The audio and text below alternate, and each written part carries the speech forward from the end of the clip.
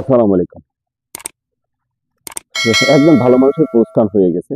একজন সঠিক সত্য দেশপ্রেমিক মানুষের প্রস্থান হয়েছে। তবে কিছু স্মৃতি রেখে গেছে।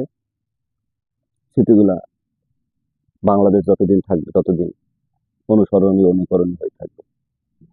তার ভিতরে একটা কথা আমার মনে পড়ে, মাঝে, মাঝে ভিডিওটা আসে, শর্ট ক্লিপসে আসে বা বিভিন্নভাবে আসে। সেই ব্যক্তি হলেন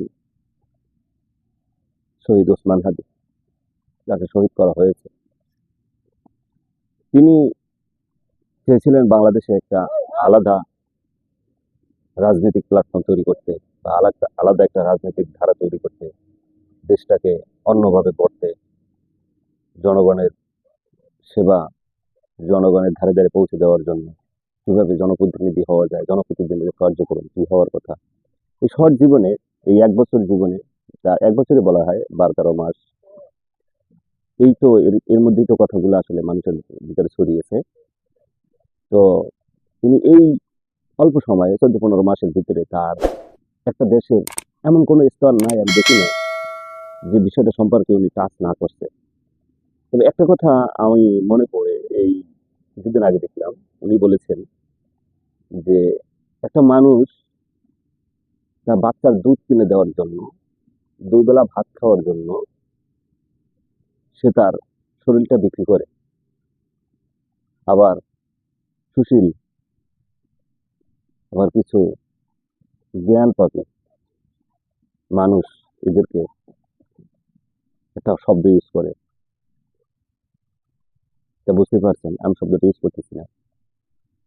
তো উনি বলেছেন যে আমাদের জাতি হিসাবে রাষ্ট্র, সরকার, সুশীল, আমাদের লজ্জিত হওয়া উচিত।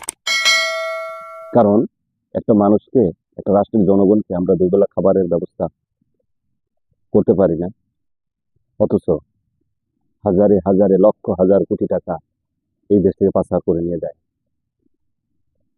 তো উনি তো কোথাও টাকা পাচার করে নাই, উনি তো চুরি বাটপারি করে নাই, কিন্তু উনি বাধ্য হয়েছেন। এই বাধ্যতা কে করেছে?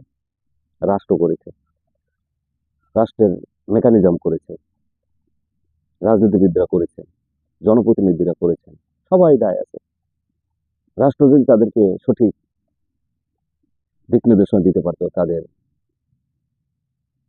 রুটি রুজির ব্যবস্থা সঠিক মতো করতে পারতো। এমন না যে অর্থ নয়, অর্থ আছে, কিন্তু অর্থ কিছু মানুষ বন্দি করে রাখে। তারা আরো চায়, আরো চায়, আরো চায়। সারা দুনিয়াতে যদি ৩০০ দেশ থাকে বা ৫০০ দেশ থাকে, ৫০০ রাষ্ট্রই তার ঘর বাড়ি লাগবে, ৫০০ রাষ্ট্রই তার জমি জমা কিনতে হবে। আর একার এত চাই, সেটা অবৈধভাবে হোক, বৈধভাবে। বৈধভাবে তো সম্ভব না, অবৈধভাবে দেশ থেকে চুরি করে নিয়ে ওই দেশে নিয়ে বানাবে। আর এই দেশে একজন তার বাচ্চার দুধ কেনার জন্য নিজের শরীর বিক্রি করবে।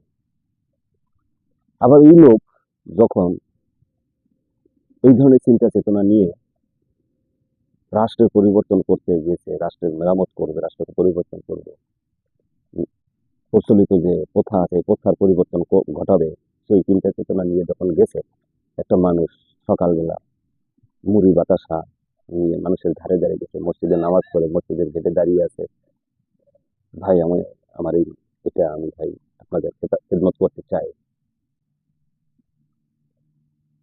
আবার কেউ আবার ৫ তলা থেকে যখন বিল্ডিং এর নিচ দিয়ে হেঁটে যাচ্ছে, তখন ময়লা পানি ফিরতেছে, ধিক্কার জানায় ওদেরকে। সে আপনার সেবা করতে যাচ্ছে, সেবা করতে চাচ্ছে, গতানুগতিক সকল রাজনীতিবিদ সে নয়। সে একটা সত্যিকারের দিক নির্দেশনা দিতে চেয়েছিল এবং সত্যিকারের একটা মানুষের রাজনীতি করার চেষ্টা করেছিল, মানুষের সেবক হওয়ার চেষ্টা করেছিল। কিন্তু আপনি তাকে কি করলেন? তাকে ময়লা পানি ফিকলেন। ময়লা পানি ফিকে আহ, সেই মানুষটা যখন গেল, তো তখন কেউ বা ময়লা পানি মারতেছিল। তো ময়লা পানি মারাতে উনি কিন্তু হয় নাই, একবার দুইবার তিনবার না মেরেছে। তা আপনি কি হাসিল করলেন ময়লা পানি মেরে? তাকে কি খোঁজা হয়েছে? তাকে কেউ খোঁজে নাই। আমার তো মনে হয় ওই ব্যক্তি, সে নিজে নিজে সারা জীবন অপরাধী হয়ে থাকবে। কারণ একটা মানুষকে আপনি অপমান করবেন বিনা কারণে, যখন দেখবেন সেই মানুষটাকে আরেকজন ই করে ফেলেছে, হত্যা করে ফেলেছে, কিন্তু আপনি তার কাছে ক্ষমা চাওয়ারও সময়টুকু পেলেন না। এবং তার সাথে যে আচরণটা করেছেন, নিজের বিবেকহীনতার কারণে, নিজের হয়তো ঔদ্ধত্য অথবা অতি বড় হতে চেয়েছেন বা বড় ভেবেছেন নিজেকে, কিন্তু বড় তো হননি, আপনি আরো ছোট হয়েছেন, আর অপমানিত হয়েছেন। আপনি নিজে নিজের কাছে ঋণী হয়ে গেছেন, ওসমান হাদির কাছে আপনি ঋণী হয়ে গেছেন। যাই হোক, আপনারা ভালো থাকবেন। ওসমান হাদির হত্যার বিচার হোক, এটা আমরা চাই, সবাই, প্রত্যেকটা মানুষই চায়। আপনাদেরকে এই অনুরোধটা জানাই, আপনারা এই বিচারের পক্ষে থাকবেন। জাস্টিস ফর ওসমান হাদি। আপনাদের মতামত জানাবেন যে আসলে এইভাবে মানুষকে বিনা অপরাধে অপমানিত করলে সে কি কখনোই ভালো থাকতে পারে? ভালো থাকবেন। ময়লা পানি মারা আলি বা ওয়ালা, আপনার শুভ বুদ্ধির উদয় হোক। আসসালামু আলাইকুম।